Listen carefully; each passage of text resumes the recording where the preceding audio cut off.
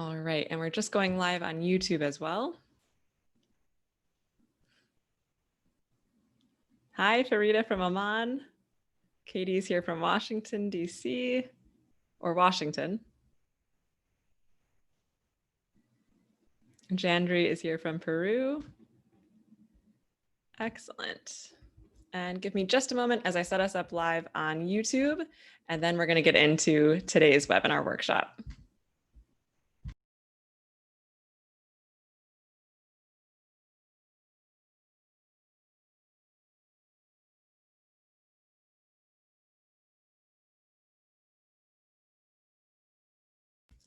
And just a note, if you see me looking over to the side, it's because we are also currently live on YouTube.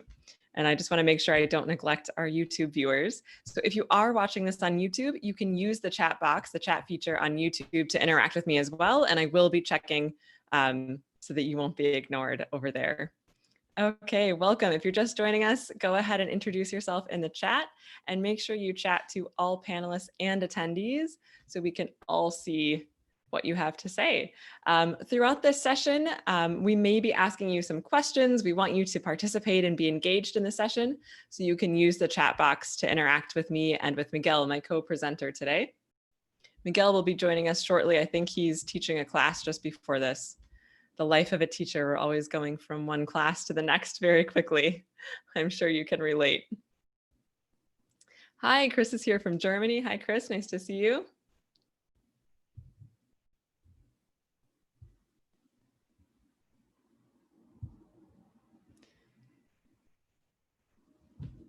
And make sure as we get started that you chat to all panelists and attendees instead of just to all panelists. That way everybody can see what you type.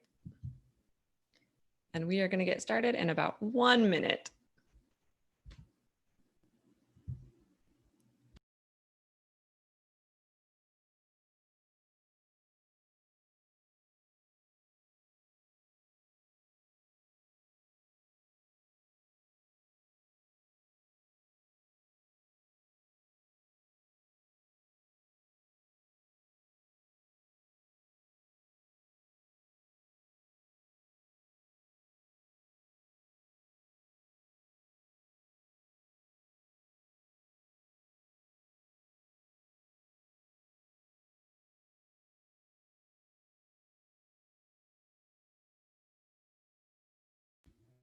Okay, Miguel is here. Welcome, Miguel. Let me set you up so you can jump on camera and say hi.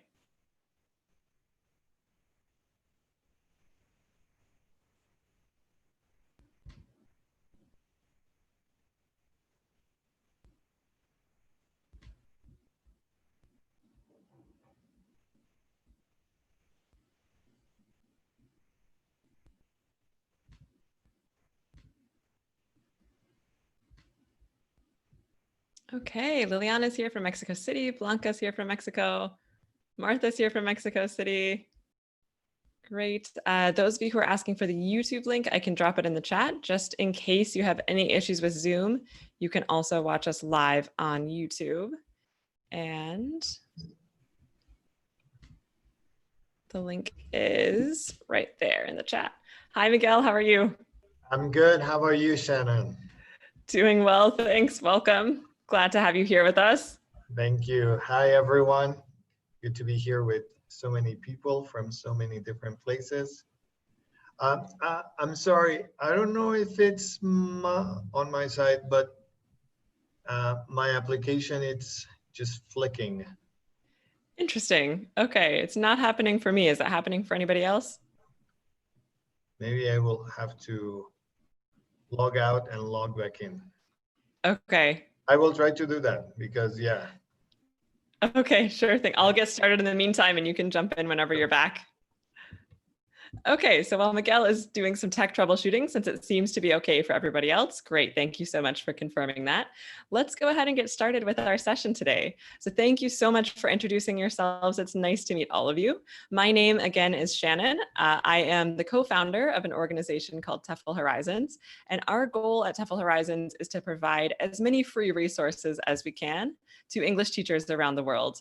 So we want to do webinars exactly like this, so that especially in a time like this, during this time of quarantine, when many of us are stuck at home and not really able to access professional development in person, we really wanted to be able to provide some helpful training sessions online. So I'm really excited that we get to do this, and I'm really happy that you're all here joining us. Thank you so much for being here. So just a little bit of advice as we get started. It's a great idea to minimize distractions around you. You can also take notes if you'd like. We will be going through a lot of helpful information today. So you might want to have a pen and piece of paper handy. We will also be recording this session. So if you would like to review or watch it again later if you missed something, I will send you the link probably tomorrow morning, at least morning my time, might be a bit later in the day depending on where you are in the world, with a link where you can access the recording. As you've already figured out, you can use the chat box to interact with us and answer any questions that we ask you throughout the session. But a good tip is to make sure you chat. So that little blue bar right above where you type, it should say to all panelists and attendees, not just all panelists. That way everybody can see what you type and we can interact with each other. And hello on YouTube, Yanet and Anis. Nice to meet you both. If you have a question, we will be doing a Q&A session at the end of this workshop. So you can use the Q&A feature on your toolbar close to where it says probably mute and video. You can see something that says Q&A. So feel free to use that. It will save your question so that I can find it. And at the end of the webinar, I'll be able to answer your question. And then finally, we have a certificate of participation if you're interested. In this webinar, you need to listen for a special password that I will say near the end of the webinar. In the link that I send you, in the email that I send you tomorrow morning, you will have a link to a website where you can download the certificate, but you'll need that password to get the certificate. So just make a note of the password later on in the webinar when you hear it. Okay, so if you're just joining us and you haven't already, go ahead and introduce yourself in the chat. So tell us your name, where you're from, where you are now, and maybe a little bit about the kinds of lessons you teach and your students. All right, we have Elvis here from Mexico. Hi, Elvis. Walter here from Ecuador. We have, who else is here? Janet from Mexico. Hello, Mathilde from Peru, Jen from Cancun, Mexico, Tatiana from Russia. Welcome. We have a really great international group of participants, and I'm very happy to meet all of you. Rabeb from Tunisia, nice to meet you. Okay, let's see if Miguel has rejoined us. Yes, Miguel, it looks like you're back. All right, so let's get into today's session, which is all about how to teach speaking online. So the first question that we need to ask ourselves, of course, is what is the main aim of a speaking lesson? What do you think? Go ahead and type it into the chat. What's the main aim of a speaking lesson? Okay, Jean says production. Okay, a few people are saying connection, speaking, communication.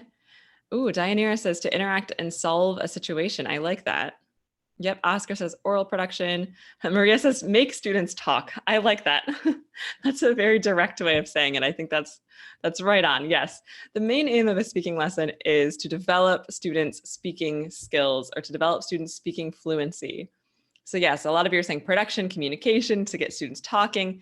This is the goal. So it's different a little bit from a grammar or vocabulary lesson, or a lot maybe, in the sense that the aim is just to practice speaking, the skill of speaking, not necessarily any specific grammar or vocabulary, just to help with fluency. And that's going to affect how we plan and how we approach this speaking lesson.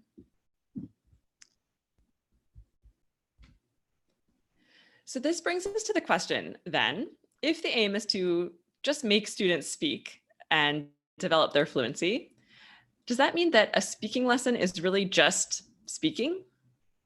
If the students show up and they talk to each other, is that a successful speaking lesson? Okay, many of you are saying no, it's much more than that. Okay, great. So there's a little bit more involved. So what do you think? Type into the chat, how can we improve or upgrade student speaking ability during the lesson? So what I always say is that in a speaking lesson, what we want to avoid is having students leave the lesson with this feeling that they came to class, they sat down, they talked about something, and then they left, right? So technically, yes, in that scenario, they did practice speaking, but how can we really prove if that's all that happened in the lesson, the students showed up, they talked, they left, right? How can we really prove that they were any better at speaking when they left the lesson than they were when they arrived? So what can we do to give them a little bit more than that? Okay, someone's saying provide an interesting topic. Okay, set clear aims. Good. Make them feel confident. I like that. Ooh, TJ saying have a specific goal in the speaking lesson. For example, a debate. Yes, I love that. And many of you are saying similar things. Students can solve problems, provide authentic situations, give them a task. Yes, this is excellent.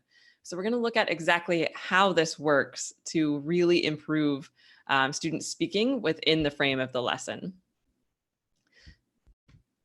So let's do another quick quiz. If you've attended previous webinars, this format might look familiar. We're going to do a very quick round of do or don't. So think about the following statements and decide, in a speaking lesson, is each of these things a do or a don't? Walter says, yes, I like this. Walter, you've been to a few webinars before, haven't you, with us? Good. I'm glad you like this format. Okay, so first one, do or don't, provide a model or example of the speaking task. Excellent. Many people are saying do, and that is absolutely correct. So it's important that before you get students to do the speaking task themselves, they have a sense of what is expected of them. Providing a model of the speaking task is going to give the students a couple things. It's going to show them what the end result should look like, or what the result of the speaking task should look like. It's going to help with instructions. So you don't have to explain every little thing. Instead, you can just show the demo and students will have an idea of what to do. And it's also going to help the students understand or be exposed to potentially some helpful language that they might use when they do the task themselves. And we'll look in a little bit more detail at what exactly I mean by that in a moment. But first, let's move on to the next one. So do or don't, correct each error students make as they do the speaking task. Great. Many of you are immediately saying don't. Excellent. So while accuracy is an important part of teaching English, and error correction is an important part of teaching English, remember that the focus in a speaking lesson is speaking fluency. So if you're correcting the students every time they make an error during that speaking task, you're really interrupting the fluency. You want students to just be able to practice speaking, just let them go, do whatever they need to do, use communication strategies as much as they need to get through that speaking task, accomplish that speaking task. And then I'll show you how to do some error correction if you would like to address some errors that you hear. But if you correct the students in the moment, that's going to interrupt the fluency. And that's the whole point of practicing, letting them practice speaking in this particular type of lesson. Okay, next one. Do or don't keep students together as a whole class for the speaking task.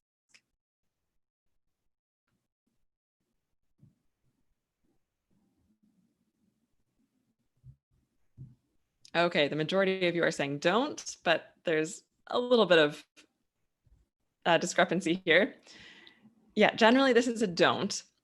If your class is very small, for example, you have 4 students in your class, then sure, depending on what your speaking task is, that might be okay. But yes, assuming your class has more than probably 4 or 5 people in it, it's a much better idea to break the students into pairs or smaller groups. If you think about it, the more students you have in a class or in a group, the less time each individual student gets to speak. So if I have 10 students together in a class or in a group and one student is speaking to the whole group, the other 9 students are not supposed to be speaking during that time because it would be rude. It would interrupt the one student speaking. However, if I have 3 students in a group and I divide my 9 students into 3 groups of 3, each group could have 1 person speaking. So I could have 3 students speaking at the same time, each in a different group.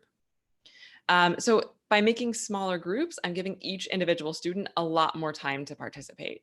And the more time students get to speak, obviously in a speaking lesson, the more practice they're going to get, and the more I've accomplished my aim of developing student speaking skills. So it's really important that for the actual speaking task, each individual student gets lots of speaking time.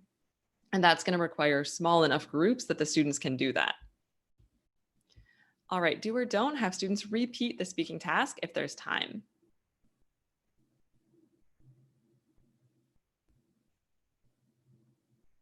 Good, yes, many of you are saying do. Someone said, why not? I agree. Yes, if there's time in the lesson, a really nice technique is to correct a few errors after the students finish their speaking task. I'll show you how to do that. And then if you have time in the lesson, it's a nice idea to mix up the pairs or groups. So students are now working with new people, and let them do the speaking task again, or maybe let them do a slightly different variation of the speaking task again. This way, the first round of the task kind of serves as like a rough draft or a practice. And then students can try again. They'll probably correct some of the mistakes they made before. They'll probably feel more confident than they did the first time around because they've had that practice that in that first task. And now they're getting a chance to upgrade their performance in the second time around. All right, do or don't require students to use specific grammar or vocabulary in the speaking task. This one's very divided, but the answer is actually don't. So remember, the main aim of a speaking lesson is to develop students' speaking skills, not to practice any specific grammar or vocabulary. If the goal is focused on very specific grammar, then that should be a grammar lesson, not a speaking lesson. Same thing with vocabulary. So the goal here is speaking fluency, which means that students should have the opportunity to practice speaking using any language they need to. All right, that being said, here's our final statement for do or don't. Do or don't provide suggestions of words or phrases that students could use in the task. Good, okay, this one's a do. So in a speaking lesson, we're not requiring students to use any specific grammar or vocabulary because again, that's not the focus. But what we can do is provide students with some helpful words or phrases that they could use in the task if they want to. And I'll show you how that works. So here's a quick unscramble task. These are the stages of a speaking lesson, or what the stages could be in a successful speaking lesson. Quickly type into the chat, which stage do you think comes first, and then second, and then third, and so forth.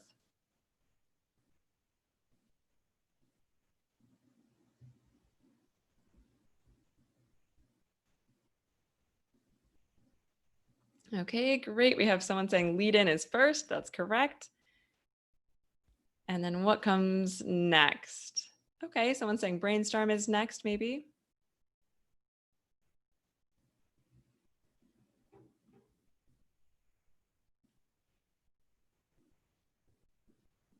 Okay, this is a little trickier, isn't it? Not quite as easy as the reading and listening stages that we looked at before. So this is a really good way. It might not necessarily be the only way to structure a speaking lesson, but here's one really solid way to order the stages in a speaking lesson. All right, let's look a little bit more closely at what each of these stages mean and exactly what is happening in each stage. And interesting, right? Looking at this, you can immediately, wow, see that it's very different than just speaking, right? If you initially think of a speaking lesson, you think, okay, the students show up and they speak, right? That's all there is to it. But clearly there's a whole lot more than that that goes into a speaking lesson if we have all of these stages, and especially all of these stages leading up to the speaking task, which is all the way down here. So someone said test, teach, test. Interesting. Test, teach, test tends to be for systems, for teaching grammar or vocabulary. Speaking is something different because we're working with a skill. So it's not exactly a test, teach, test framework. Okay, so first thing, I think before you actually start planning your speaking lesson, the very first thing you need to determine is what is the speaking task? This might be set by a course book for you, or maybe you're choosing your own speaking task. But if I want to go about teaching a speaking lesson, this is really the first thing I need to figure out because that's going to inform what I do in every other point in my lesson. So the speaking task, the key here is that it needs to be communicative. What do I mean by that? Go ahead and type into the chat if you have an idea. Isn't anytime students are talking, isn't that communicative? Doesn't that mean they're communicating? Or is it something different than that? Okay, yep. Somebody says to agree. Yep, you're on the right track. Yes. So in order for a task to be communicative, there needs to be something called a communicative goal. And what that means is that there needs to be some kind of goal the students are trying to accomplish with language beyond just speak. I'm speaking because the teacher told me to. I need some extra motivation that will cause me to need to speak to my partner or to my group members. So the easiest way to explain this might be to show you some examples. So let's take a look at this speaking task. And what do you think? Is this an effective speaking task? Why or why not? Type your answer into the chat.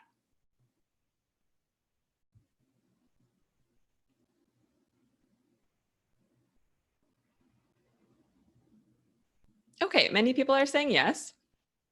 It is effective in the sense that it is causing students to speak. It is guided. There are some leading questions. It's not just talk to your partner, right? It's more structured. There are 3 specific questions students can ask and answer. And it's not requiring the students to use any specific grammar or vocabulary. So that's good. It is focused on fluency. So yes, this is not a bad speaking task in terms of a discussion task.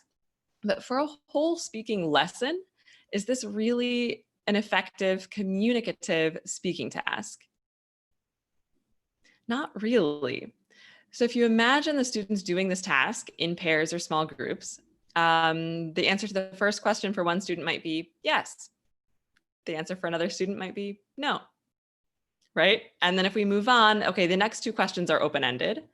But even if there is an exchange, they're really only speaking because the teacher told them to answer these 3 questions. So I say my opinion, okay, I like these kinds of parties. My partner says, great, I like these kinds of parties. And now we're done. So there is a bit of an exchange, but there's not really authentic communication happening. What about this task?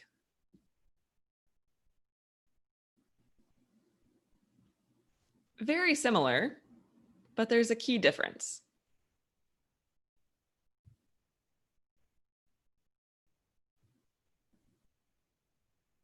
So here we have the task. Instead of just answer these 3 questions with your partner or with your partners, here we have a task where the students they get this list of different options. So different options for location, for food, for drinks, and they have to work together with a partner or a group to plan a party. They have an imaginary budget of $1,000, and each of these options costs a set amount of money. I know this is small and probably hard to see, but for example, for location, there's an option to rent a private party room for $500, an arcade for $400. They can get burgers and fries for $300 or chips for $50.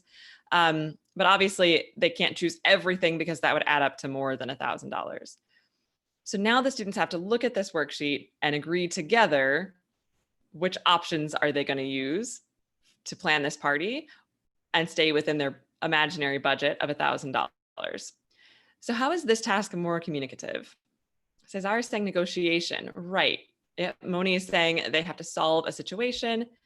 Somebody just said, Cesar said there's a goal when doing this activity. Yes, that's the key. So now the students have a goal, right? An objective, as Cesar said. It's not just ask and answer these questions because the teacher told me to ask and answer these questions. And as soon as I've said my answer to each question, I'm done, right?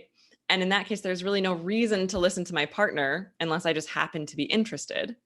But now there's this goal. It's not just speak. You have to ask and answer some questions. It's, You have to plan a party within this budget of $1,000, choosing from these options on the list. So at the end of the task, the party needs to be planned. And this is more motivating for students, and it gives a clear objective, something that they have to accomplish at the end that's outside of just language. There's a goal they have to accomplish, in this case, planning a party, using language. So now I have to understand what my partner says, because I need to know if my partner wants to rent the arcade or rent a casual restaurant for the location, right? And then I have to decide if I think that's a good idea or not. Exactly. So there's choice, negotiation. Exactly. So this is going to be a much more effective task to design a speaking lesson around. So now that we have our speaking task, we can figure out how to structure the rest of the lesson around it. So let's remember the speaking lesson stages that we looked at before. And we said the first thing we need is a lead-in. So we don't just jump into the speaking task. Even though we now know what the speaking task is going to be, there's a lot that needs to happen to get students ready for that speaking task beforehand. So the lead-in can be just a few quick discussion questions related to the topic, maybe even similar, as TJ is saying, to those first 3 questions at the beginning, because that's not the big speaking task yet. It's just a little warm-up. So you could ask a quick discussion question related to the topic somehow. For example, what's the last party you went to? Did you have fun?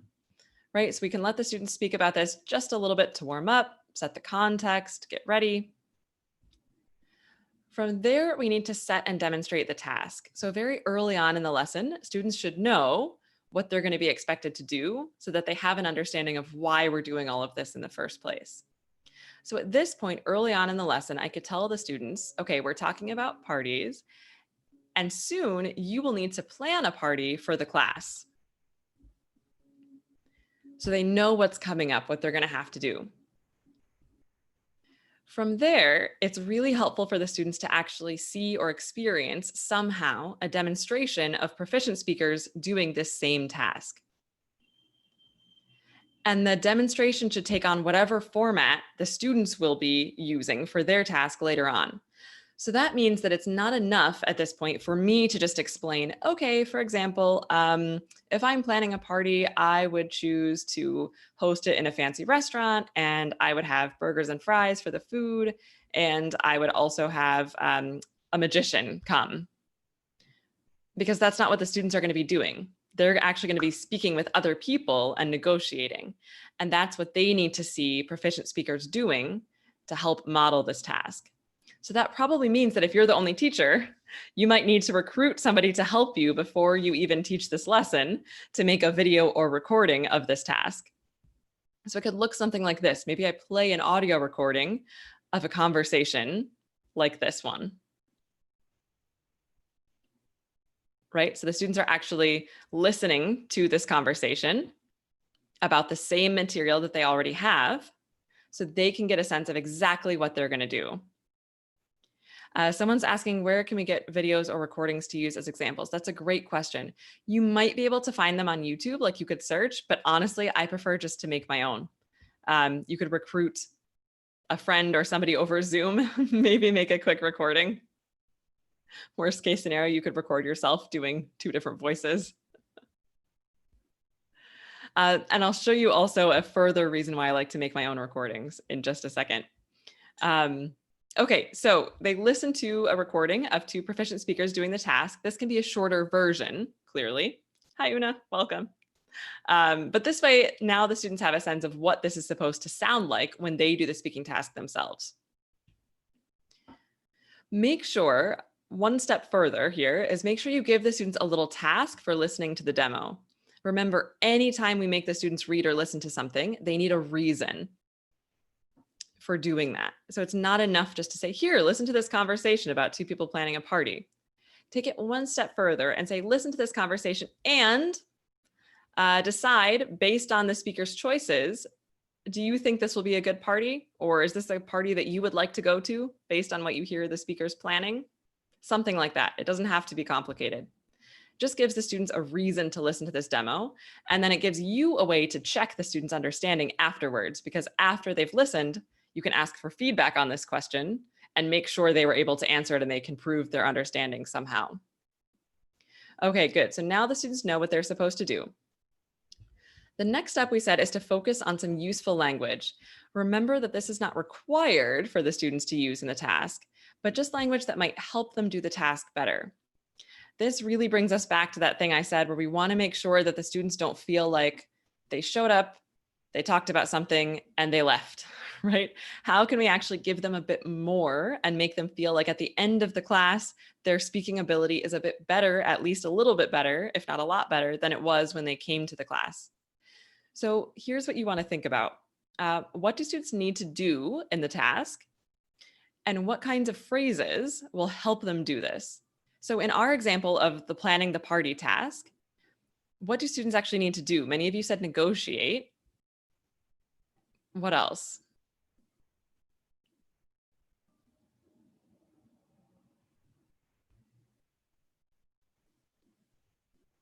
So they need to negotiate, talk about their opinions, share ideas. Yes, people are saying persuade, convince, get an agreement. Exactly. So the whole task, as I said, you have to agree together, plan a party together, right? Okay, so give opinions, agree. So what kinds of phrases do students need to give their opinion or agree? Obviously, there are millions of options in English. You could probably think of many, many ways to express agreement or give your opinion. So just choose a few of them and introduce those to the students. A great trick is that you can actually plant those or find those phrases in the demo, in the demonstration of the speaking task. So if we look back at our script for that demo, we can see that there are already some phrases in here for example, expressing an opinion, making a suggestion, and agreeing. So I can pull those phrases out of the demo and give these to the students so that they can maybe use these phrases later on when they're doing this task. A really nice student-centered way to do this is to create a categorizing task. So pull these phrases out of the demo and then make a worksheet that looks something like this. It makes for a really nice smooth transition from the demo to the focus on the useful language. You can tell the students, okay, now here are 5 phrases that you heard in the demonstration that we just listened to. Put them in the correct category. Which ones are for giving your opinion or making a suggestion, and which ones are for agreeing? This will be pretty easy, right? It shouldn't be too hard for students to figure out which is which, but at least this way, the students see the phrases and there's something that they get to do with the phrases, so they're actively thinking about them in this categorizing task. Should we show the transcript? Good question. You could if you want to, but you don't have to. My hesitation with showing the transcript is what if students pick out other vocabulary that they just happen to not know that they wouldn't have noticed without the transcript? You probably don't want to spend time going over that. So I think it's enough to just say, you heard these phrases, here they are, now categorize them. Okay, good. So students have done this. Now you can quickly go over a little bit with pronunciation. Erica says this might be useful for writing tasks too. Absolutely. Erica, in the webinar coming up next, which is how to teach writing online, you'll see something quite similar to this. So now the students have a demonstration of the task. They have some useful phrases they can use. You'll want to quickly go over pronunciation probably as well to make sure the students are comfortable pronouncing these phrases. But again, you don't want to spend too much time here because this is not a grammar or functions or vocabulary lesson. It's a speaking lesson. So we want to keep this stage pretty quick so that we can get to the main part of the lesson, which is speaking. All right, so where does that bring us? Brainstorming. So at this point, the students have heard an example. They've gotten some helpful phrases. So why is it important to then still give them brainstorming time before they start the speaking task?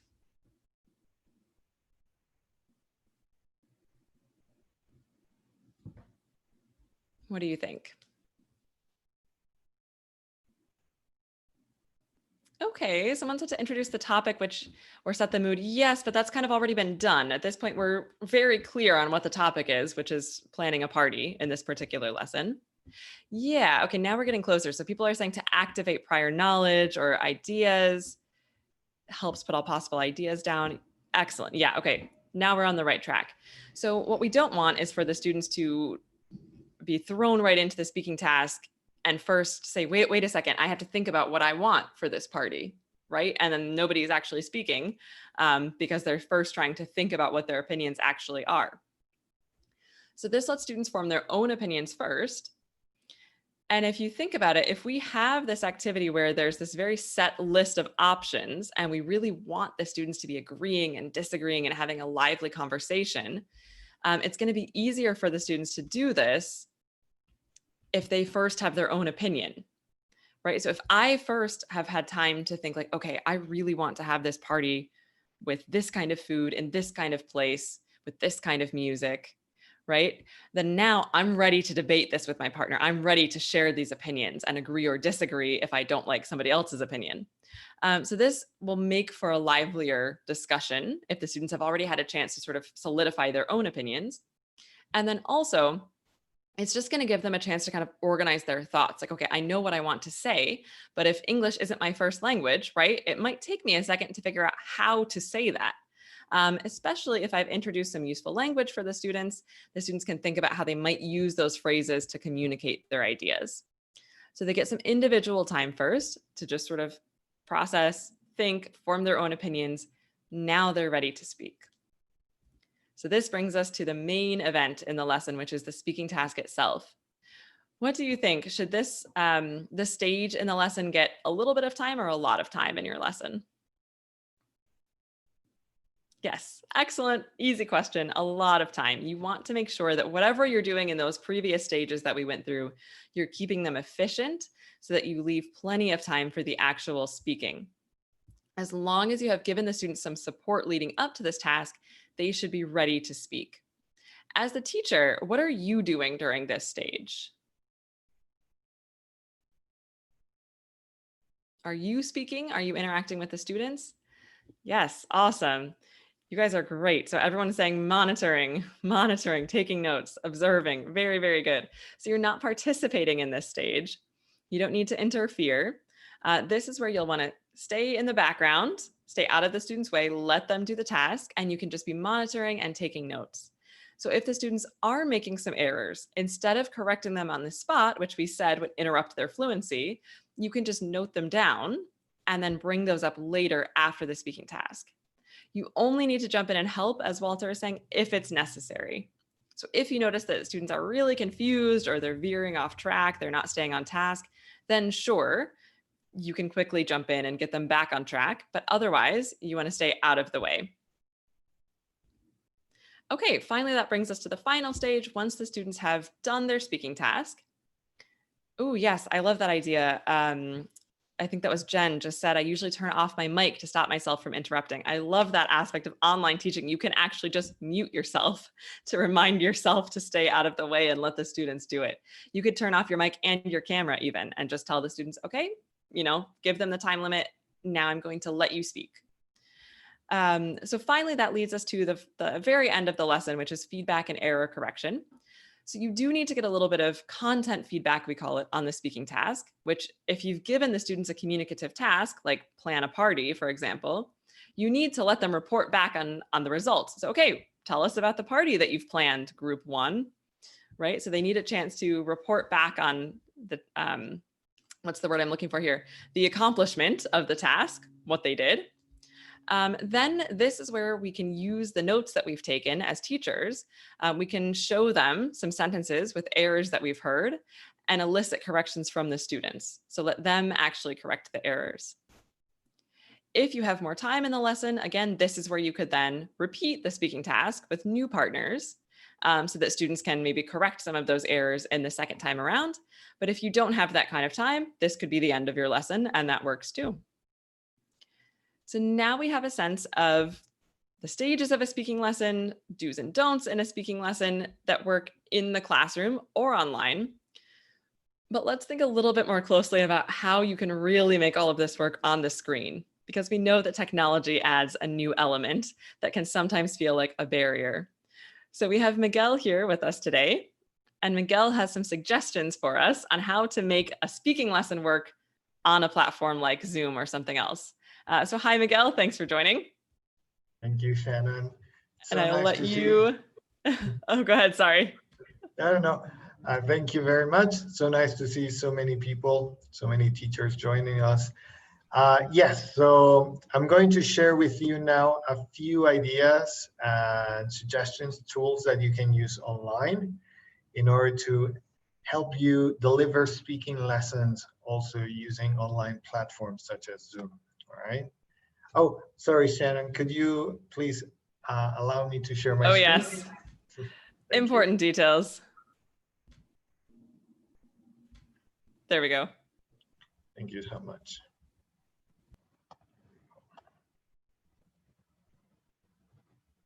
All righty.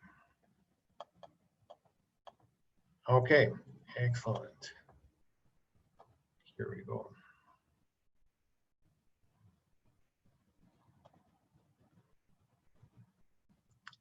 Perfect. So something I would suggest is the fact that you are already working with technology. So really take advantage of this in order to present and share with learners a short video, which is modeling the speaking task. Have a very simple, easy to answer task for them to analyze how the speakers communicated. So here you can take advantage of highlighting interactions, relationships, and also language. A lot of times we only focus on the language that they use, but the use of a video actually is very beneficial to highlight appropriacy as well, because we can actually see relationship between the speakers, right? And of course, you can use graded materials from a course book, or authentic materials that you may find from TV shows, films, or even YouTube. Or as Shannon mentioned, and it's something that I've actually been doing with a few colleagues, is now that we have these applications like Zoom, you can actually set the function to record the part of the meeting, and you can even record that interaction via Zoom and use that as a sample to share with your learners in the class. So here's an example this is actually from a course book. Some of you may be familiar with Face-to-Face. So there are some course books that actually have these video clips which show how to complete a speaking task. And generally they label it, like this one is called real world. So it's supposed to be like real world interaction and communication. And again, the one thing that I like about using a video is that you can actually highlight with learners the appropriacy. So in this example, showing on the screen, it's actually a group of friends. So you would highlight the informality of the language, how because they already have a good relationship, they use different language that they would use at the office, for example. And the same series of books also highlight in other contexts, for example, working with talking to a colleague or talking to your boss, and how the different relationship between the speakers changes that appropriacy and the register of language, so that in more informal contexts, we use more informal language, but then depending on the person we might be speaking to, we would be using more formal language. So really, if you can take advantage of technology, and then you can actually highlight things like this with the videos. And of course, if you have the chance, and I actually suggested, record your own videos yourself so you can share with your learners. All right, now, let's see the next one.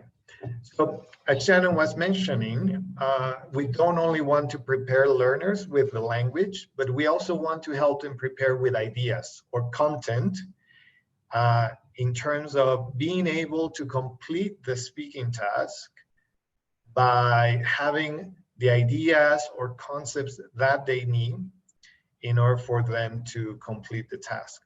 Sometimes they may have these ideas in their own language, so you can actually ask them to look for ways of expressing these ideas in English. So how can you do that? something that I've been trying is actually asking my learners to go and look up words in dictionaries or thesaurus, or even Google Translate, as I will show you in a minute, so that they can have very clear ideas of what they are going to talk about and how they want to, what they want to communicate, right?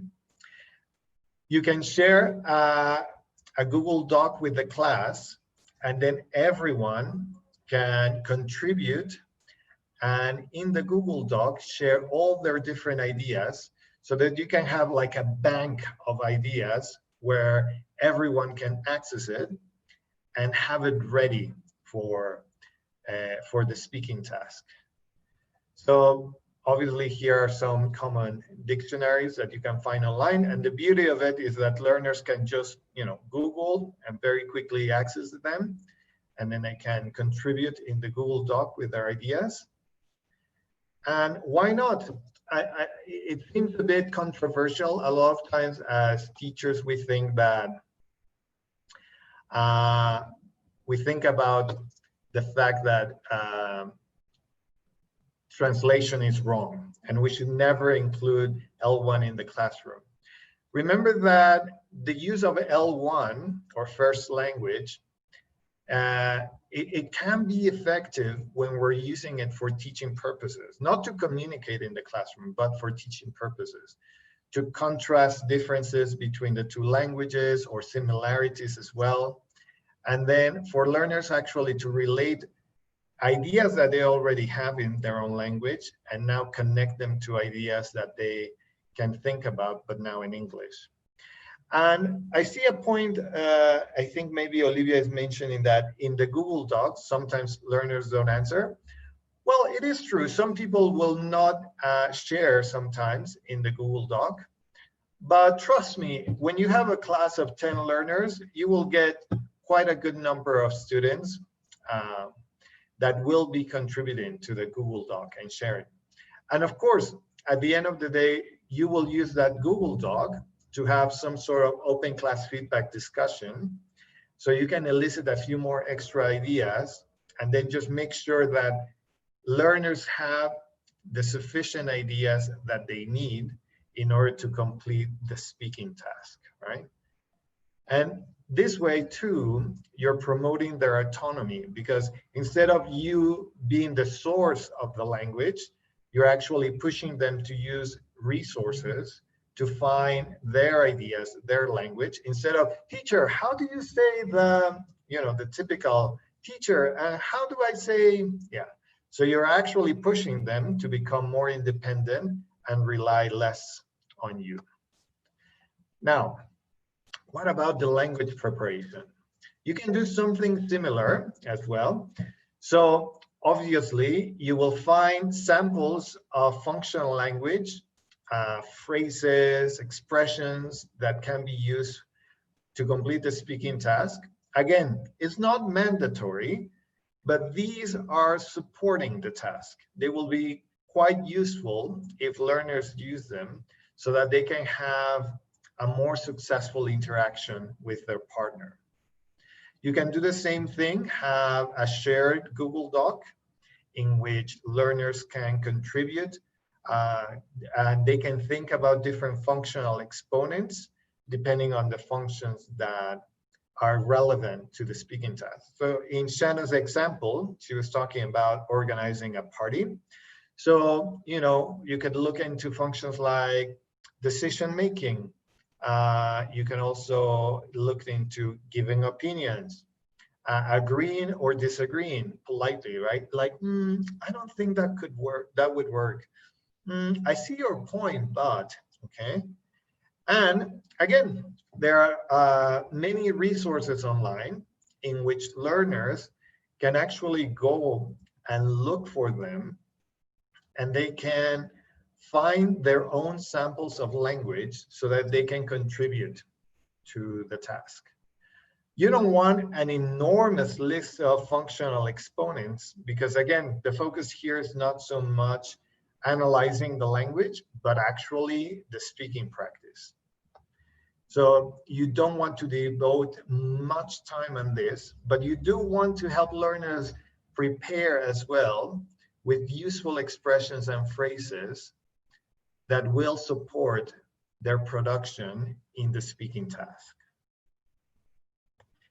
Now, something that I've been using, I will share these links with you in a minute, because right now my Zoom is having a bit of an issue. So I'm afraid that if I am switching around windows, I will mess it even more. So I will share the links with you in a moment. This is a nice tool that I've been using. There's even a video lesson in this link. I don't know if you see it here. It says here's a video lesson. So you can click on it and it will take you to a YouTube video showing you how to use it. And this is something that I've been using with my learners to check their pronunciation, because at the end of the day, this is an important aspect that you would like to highlight in a speaking lesson. Pronunciation is part of speaking and you cannot take it out of the equation, right? So this is a nice tool that I am using so that I'm actually sending learners to breakout rooms in pairs, and just for them to practice a few of the functional exponents or useful phrases that will be used in the speaking, for them to become a little bit more aware of how their speech is actually being transcribed.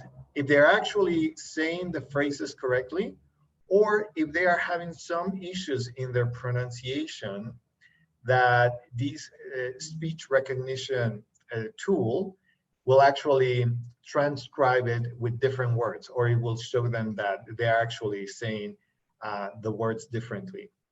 So it's a good tool to help learners become more aware of their own pronunciation, and they can actually listen to themselves and a model of what they are saying in the same application. Okay, so I will share this with you as well for you to be able to share with your learners and help them as well with pronunciation if you have the time as well, because remember, the main aim is the speaking, but if you can support them to check their pronunciation and improve it, that would also be fantastic, so that in their speaking task, they can also work on fluency as well and sound more natural.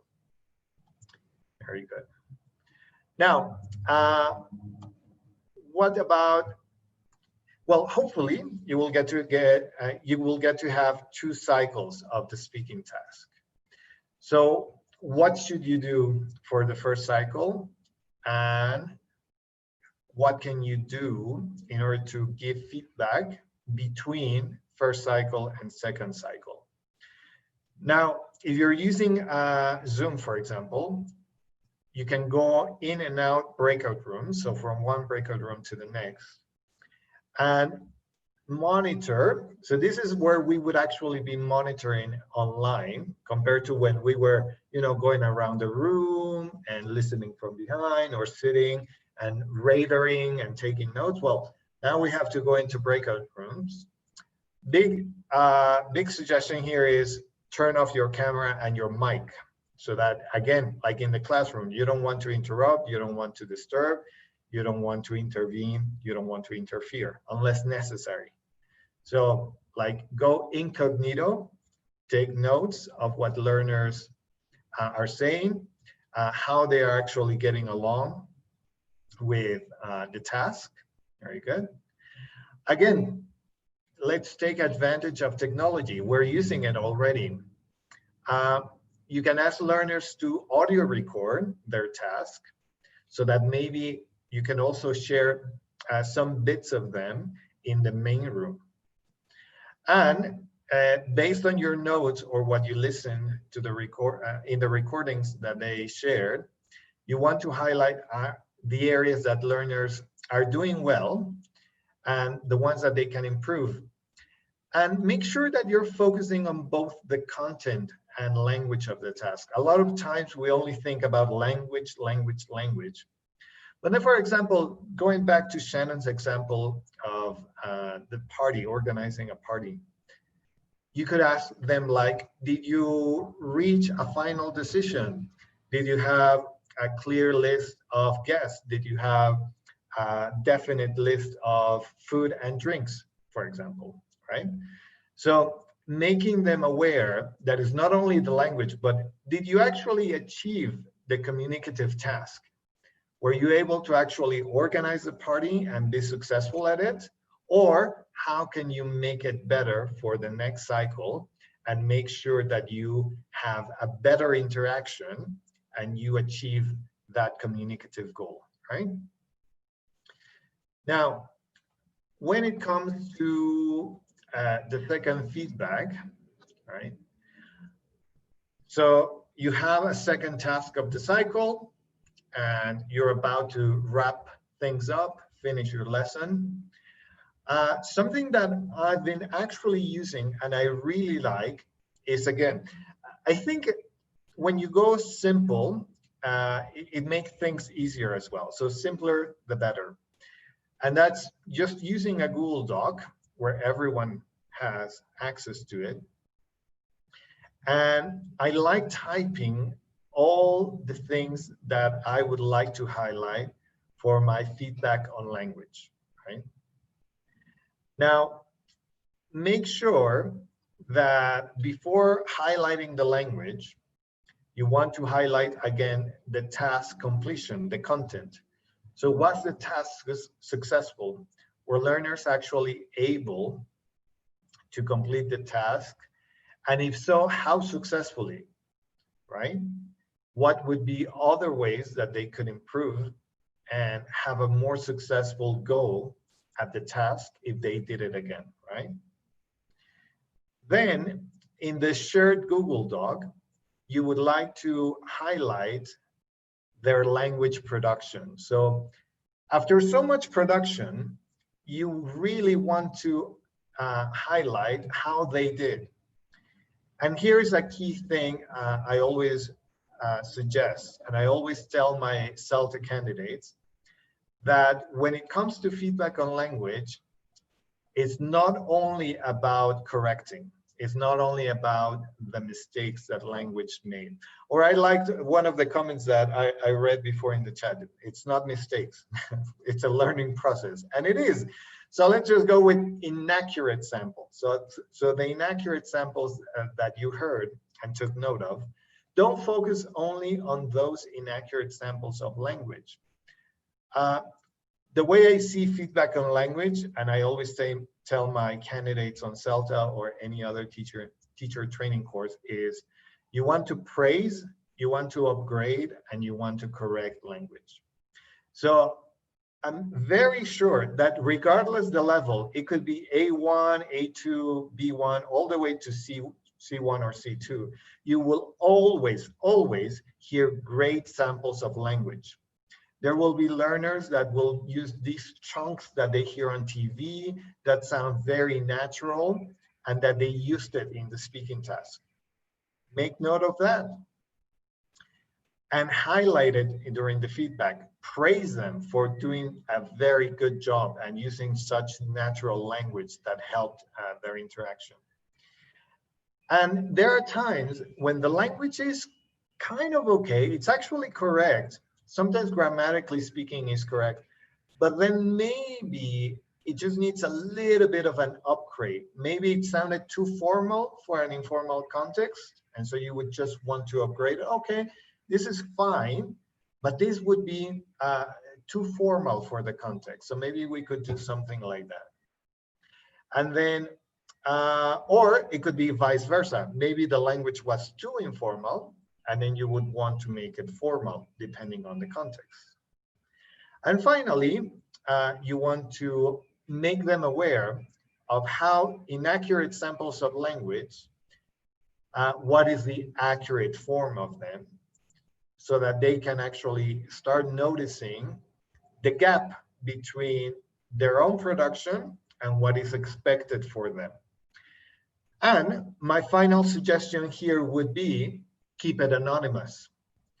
A lot of times, some of our candidates, when they're doing their feedback on language, or the famous DEC, delayed error correction, a lot of times the teacher would be, well, Sonia, I heard you saying, and then Jose, good job, but, and there are times when the learners won't mind and they would actually appreciate it, like, oh, okay, thank you for the piece of feedback. Okay, thank you. But there are times where I have seen the learners go like, right? You know, you can see that they're going back into their shell like, oh, sorry, oh, I made a mistake. So if you keep it anonymous, it's actually better because you don't want to step on anybody's toes and you don't want to make anyone feel uncomfortable in the classroom. So the later correction or feedback on the language after a fluency task, it's just better if you just don't explain who said what. It's not necessary. Just focus on, again, praising, upgrading, and maybe correcting the language so that their awareness can improve overall and not just one learner in particular. Okay. So these would be my ideas for using some online tools in order to help with your speaking lessons. I'm just going to share with you the link for the pronunciation tool. Just give me 1 second. And if you're watching on YouTube, I'll share with you as well in a moment once Miguel shares it here. Here we go. Yes, I like that, Matilda. I was just about to say the same thing. Yes, exactly. Okay, so here go. Okay, it's coming to you as well, YouTube viewers. Very good. And yes, perfect.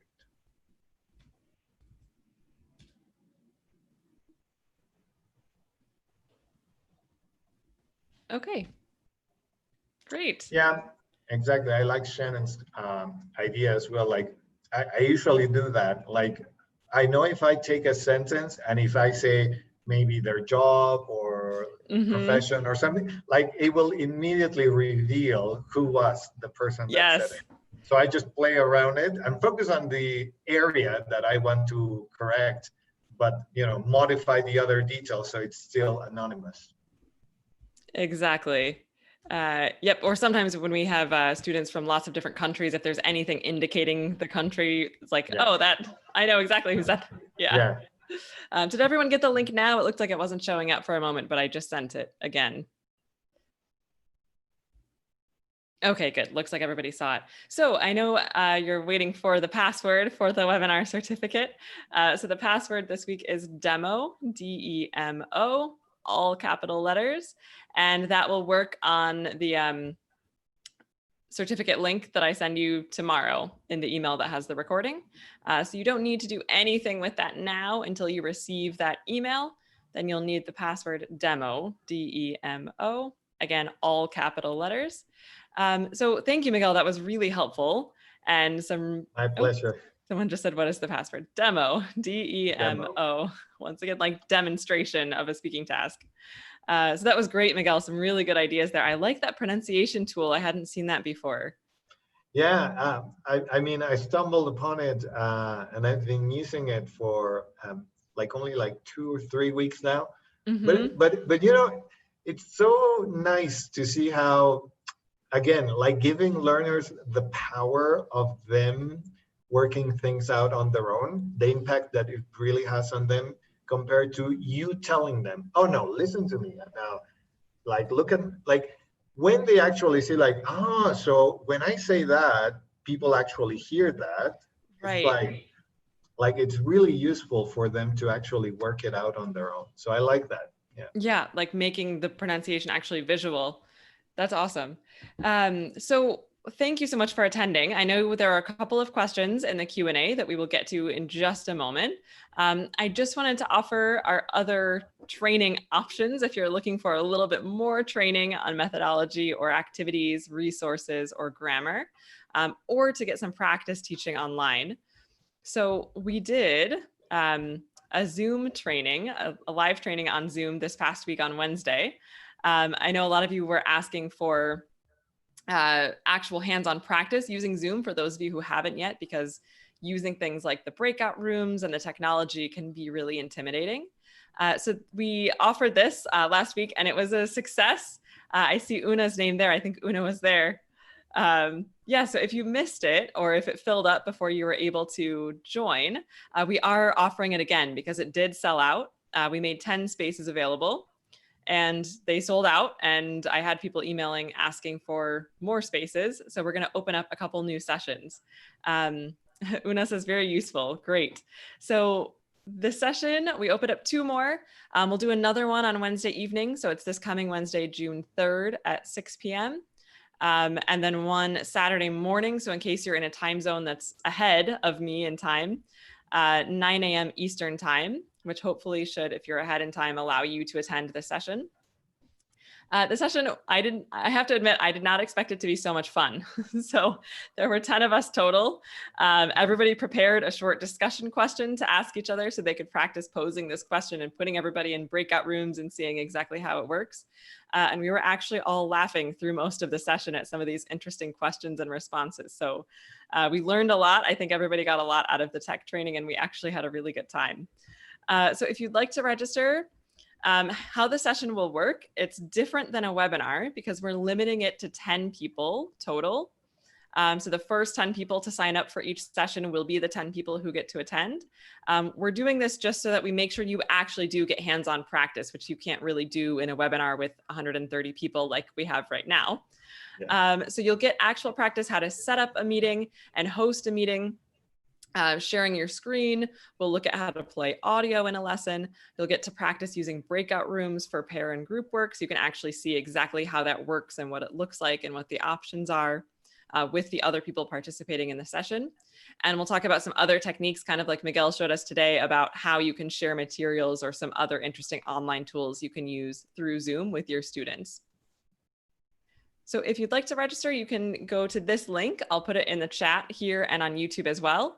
There is a small cost, a registration fee of $10.99 US for this session. And we did that for a couple of reasons. Just first of all, since there are only 10 spots, I know if something is free, it's really tempting just to sign up because it's free, but then you can't. Maybe you can't attend and, oh, well, you know, it's free. So I just wanted to make sure, since there are limited spaces available, that people who signed up actually really could attend. So putting a small cost on it tends to ensure that. And also by charging just a little bit, it helps pay for my time to plan sessions like these and deliver sessions like these so that I can keep offering great free opportunities like these webinars. So if you'd like to sign up, I just put the link in the chat in Zoom. I will also put it in the chat in YouTube right now. And once you click on that link, you're gonna see 2 little icons. It'll take you to a web page with 2 little icons like this, lovely pictures of me, and the date underneath each one. So just click on the session that you want, the Wednesday at 6 p.m. Eastern or this Saturday at 9 a.m. Eastern. And as long as you are one of the first 10 people to sign up, then you will get a spot. Finally, if you're interested in taking the CELTA course, Miguel was talking about working with CELTA candidates and advice that he sometimes gives candidates. So if you want much more in-depth training and you're interested in taking a CELTA course, International House Mexico, where Miguel is a trainer, is now offering CELTAs that are 100% online, if you hadn't heard that already. So you get the exact same really hands-on training that you would get in an in-person CELTA course, but you get that training online. You do still get 6 hours of live teaching practice with actual ESL students. So the students just sign on and do online Zoom classes, which means that you will get 6 hours of hands-on teaching practice with online teaching. So you'll come out of the CELTA knowing how to teach online. There isn't a specific discount for the CELTA course, but it's a really reasonable price at IH Mexico compared to what I have seen at other centers. So the cost is about $1,400 US. And I've seen other CELTA courses in person for about twice that much. So it feels like a discount to me, honestly, when I see that price. And it is the same CELTA certificate. So your certificate won't say online, it will just say CELTA, just as it would with an in-person course, because you're learning the same skills. Okay. Gertrude said, I would like to be part of these classes. Great, definitely click the link and sign up. Good. If you would like to apply for the CELTA at International House Mexico, these are the upcoming dates. The May 18th course is obviously in progress now, so it's a bit late for that one, but you could sign up for the next course starting June 1st. So these are 12-week courses, so you have a lot of time to work through the online material, and you teach about once a week. There's a live session that lasts for 3 hours once a week, and there are different scheduling options, so you can choose one that works for your schedule. And Miguel, you and I are both training on the same CELTA course at the moment, right, with IH Mexico? Yeah. Yes, we are currently trainers on one of the courses happening now, and it's fun. We were just taught our demo lessons this week. We have a great group of students in my group. I don't know about in your class, Miguel. Yesterday went fantastic, and even Great. technology, like, you know, a few glitches here and there, but I was surprised how smooth it went, actually. That is awesome. Yes. Yeah. Yeah, so if you haven't heard, so the first thing that you'll do on the CELTA course, the first live session, will be the trainer actually teaching a demo lesson. So you'll watch one of us or one of the other trainers actually teach a group of students online, and you'll see exactly how it works, and then you get to start teaching after that. So if you'd like to apply for the CELTA course at IH Mexico, again, it's totally online, so you don't actually have to be in Mexico if you're not. This is where you can apply for that. The link is through TEFL Horizons because I, at TEFL Horizons, am just helping with the influx of applications. You can also apply directly through International House Mexico as well. And I will put these links in the chat also. And then we will get to our questions. Daniela said CELTA was the best teaching experience I have ever had. Great. What was it that made it so valuable for you, Daniela? I love hearing graduates and what they learned and what they took away from CELTA courses. Patricia is asking for a TKT course online. Yes, International House is also offering an online TKT course. So you can go into the website and look for the offer. I don't have a link with me, sorry, but yeah, definitely you can look for an online TKT course from International House Mexico too. Excellent. Katie asked a very useful question. Thank you, Katie. Is next week's free webinar on Friday or Saturday? Saturday. I did update it on the website, but I think a few things floating around still say Friday. So unfortunately, due to a scheduling conflict, we needed to change the webinar, just these last two webinars, to Saturday. So it will be Saturday, 3 p.m., same time as this time next week. Dan asked, will you run webinars on functions, lexis, and grammar after these skill-based webinars, or what are the plans for webinars like this later on? Great question. I will have some information about that for you in the webinar next week, if not sooner. I assume you're following the TEFL Horizons email list, and that's how you found out about this webinar. But if not, definitely sign up at teflhorizons.com/newsletter, because that's where the information will come first. Okay. A lot of people are asking Daniela for more information about how the CELTA changed her teaching or what she loved about it. So Daniela, if you can type that into the chat, we'll share it with the group. In the meantime, let's see what other questions we have. Marta is asking for next week's webinar. So it's going to be on writing. How to teach writing online, yes. Who do you have for that one? Is it Andrew or Ricardo? I want to say Andrew. I believe it's Andrew Watson. Yeah, I think so. I think so too. Okay, there's one question about teaching speaking. So when talking about rubrics, should we include the use of specific language or not? That was from Deyanira. I hope I'm pronouncing your name correctly. Deyanira. Okay, thank you. I know, I need the correct pronunciation. I assume that you are talking about grading rubrics. Is that correct? Yeah, like peer or self-feedback templates. Yeah. If for a speaking lesson, I would only highlight appropriate use of language. I wouldn't specify, did the speaker use the grammar point or did the speaker use the functions? Because again, the whole point of speaking is to work on fluency and communication. So is it mandatory to have the highlighted language that you presented? No, it's just supporting the task. So more than anything, I would focus on the appropriacy of the language rather than whether those samples analyzed were included or not.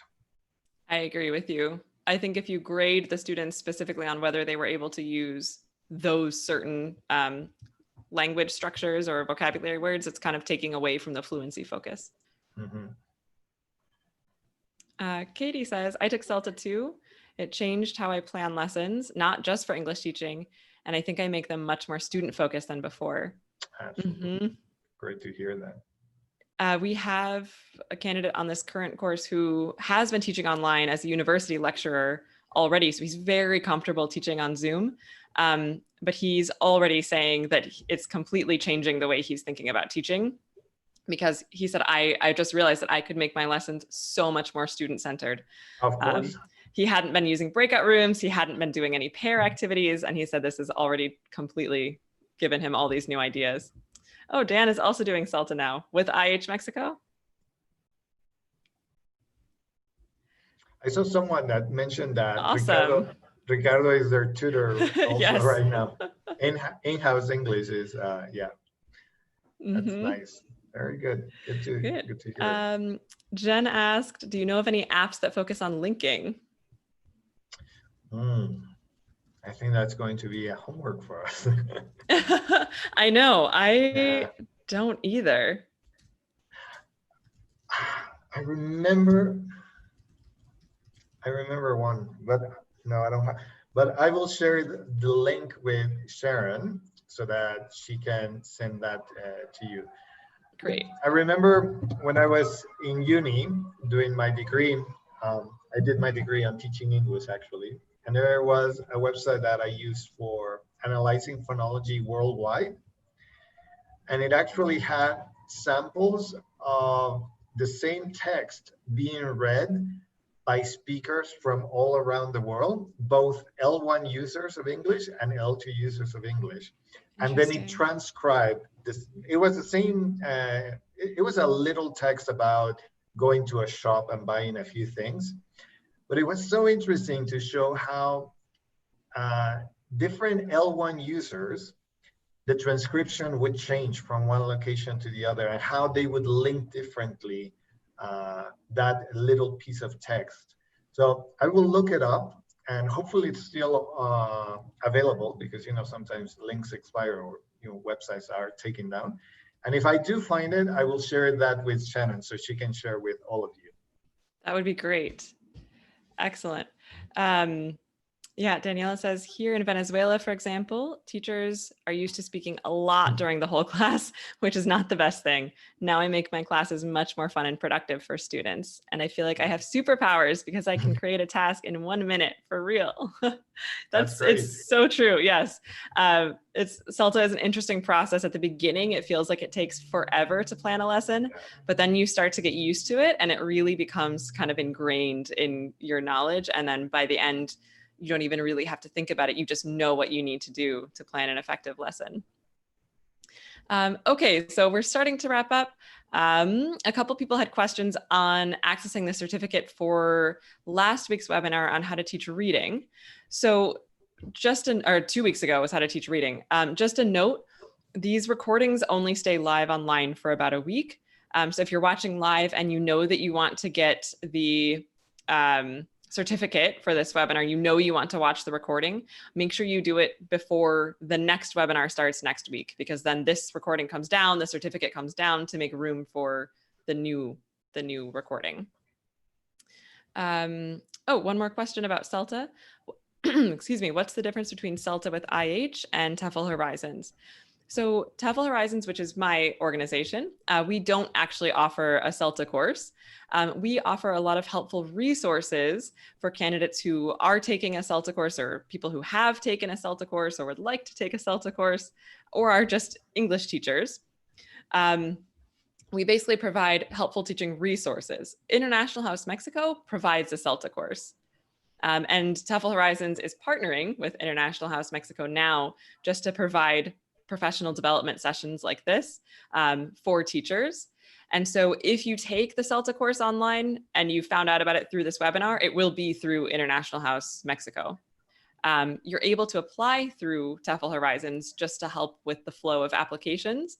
But once you get to a certain point in the application process and it's actually time for you to register, you'll be working with International House Mexico. They'll get you all signed up and officially onto the CELTA course. The webinars do stay on YouTube, but they're unlisted, so you have to have the link. Eventually, I'll be cleaning up our YouTube page so that everything is nice and organized. But the reason why I don't want to keep the recordings up publicly and indefinitely is because when we offer special discounts on things, then that expires. And so it's not really relevant anymore. And yes, CELTA is the same wherever you take it. Great. Okay, so thank you, everybody. For those of you who are taking the CELTA at International House Mexico or have graduated from the CELTA at International House Mexico, don't forget that you are eligible for a special discount on our online grammar course. So if you're looking for an online grammar course to help improve your own grammar knowledge in order to help you teach it, TEFL Horizons offers an online completely self-study grammar course that has a ton of useful materials that you can use with your students as well. If you have attended one of our webinars, you get a special discount, which is $147 as opposed to $199, which it is normally for lifetime access. But International House Mexico candidates or graduates get 50% off, so it's only $99.